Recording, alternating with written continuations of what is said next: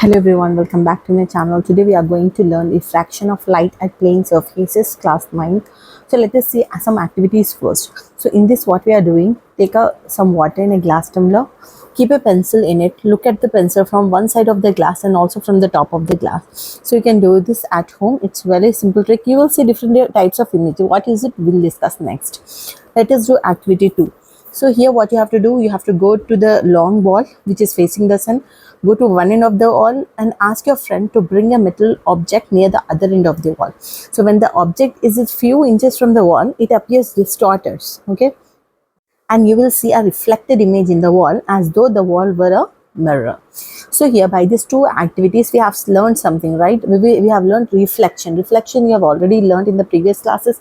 Reflection is nothing but reflection happens when light waves hit a surface and bounce back in a different direction. That is reflection. Now today we are going to learn refraction. What is refraction here?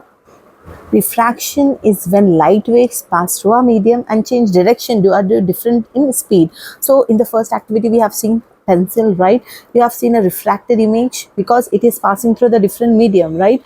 And when light waves pass from one medium to another medium, like from air to water or from water to glass, they change speed and they will bend. So these bending, the light which is bending, we call it as a refraction. Bending of light is nothing but refraction. Okay, bouncing back of light is nothing but reflection. Let us see one more activity. Take a shallow vessel with opaque walls, such as a mug. You can take it in or a pan, any one which is suitable for you. Place a coin at the bottom of the vessel. First, you have to place a coin at the bottom of the vessel. Move away the vessel until you cannot see the coin. Okay, you keep it aside. Okay, at a certain distance. Now, ask your friend to fill the vessel with water. Okay. So when the vessel is filled with water, the coin comes back into view. Since you are at a distance, you are not able to view the coin. But when it is filling with water, you are able to see the coin. Why? All this is because of the light which is originating from the coin. It is not reaching your eye when the vessel is empty. Hence, you cannot see the coin. But the coin becomes visible to you after the vessel is filled with water. So it is saying that the light ray always travels between 2 points in a path, which needs the shortest time to cover. So here it is showing the refracted ray. Okay.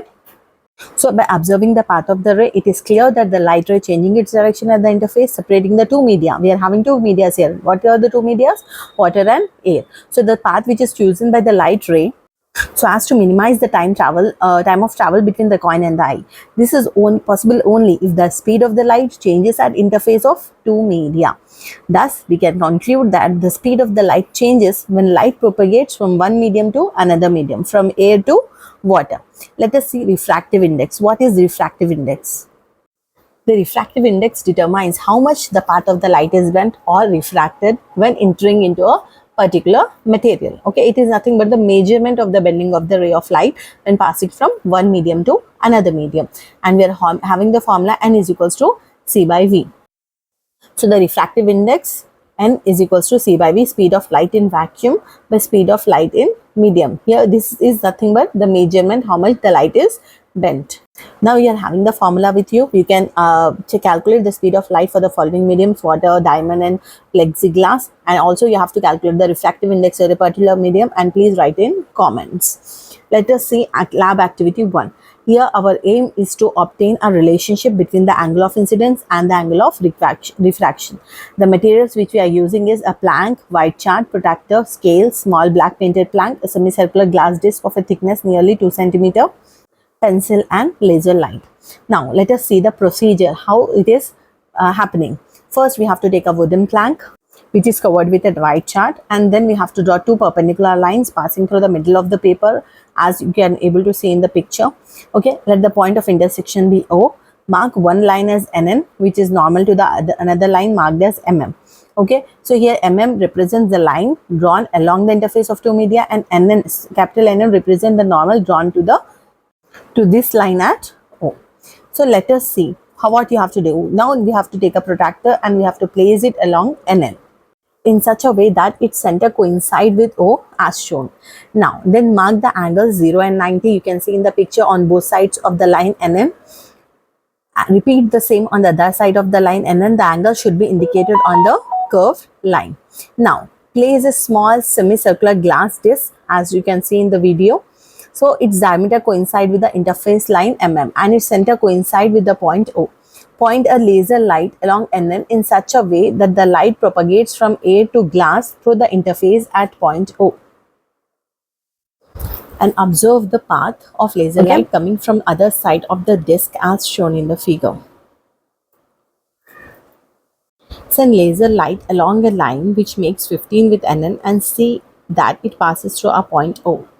Measure its corresponding angle of refraction by observing laser light coming from the other side of this glass slab.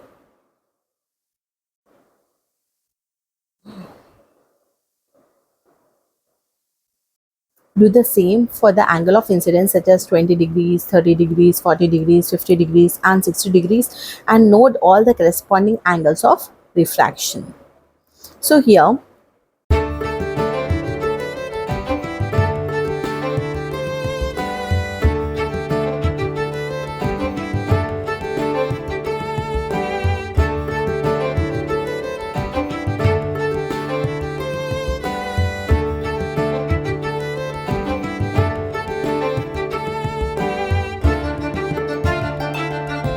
since you are having the values of I and R, you can calculate sin I and sin I for all the angles. Okay, and here the ratio which gives the value of sin I by sin R, this ratio we call it as the value of the refractive index of the glass. So in the above experiment, you have noticed that R is less than I in all the cases and the refracted ray bends towards normal in each case. So from the above experiment, we can conclude that when light ray travels from the rarer medium to a denser medium, the value of R is less than the value of I and the refracted ray bends towards the normal. So we will continue this in the next classes soon. Please like, share and subscribe to my channel for more videos. Please comment in the section if you want a particular topic or any topic which is finding which you are finding it difficult. I've given you all the here you can note down all the complete experiment. The notes are you are able to see on the screen, the procedure, the materials, the aim, everything is there on the screen. Okay, thank you for watching. Please like, share and subscribe to my channel for more videos. Thank you.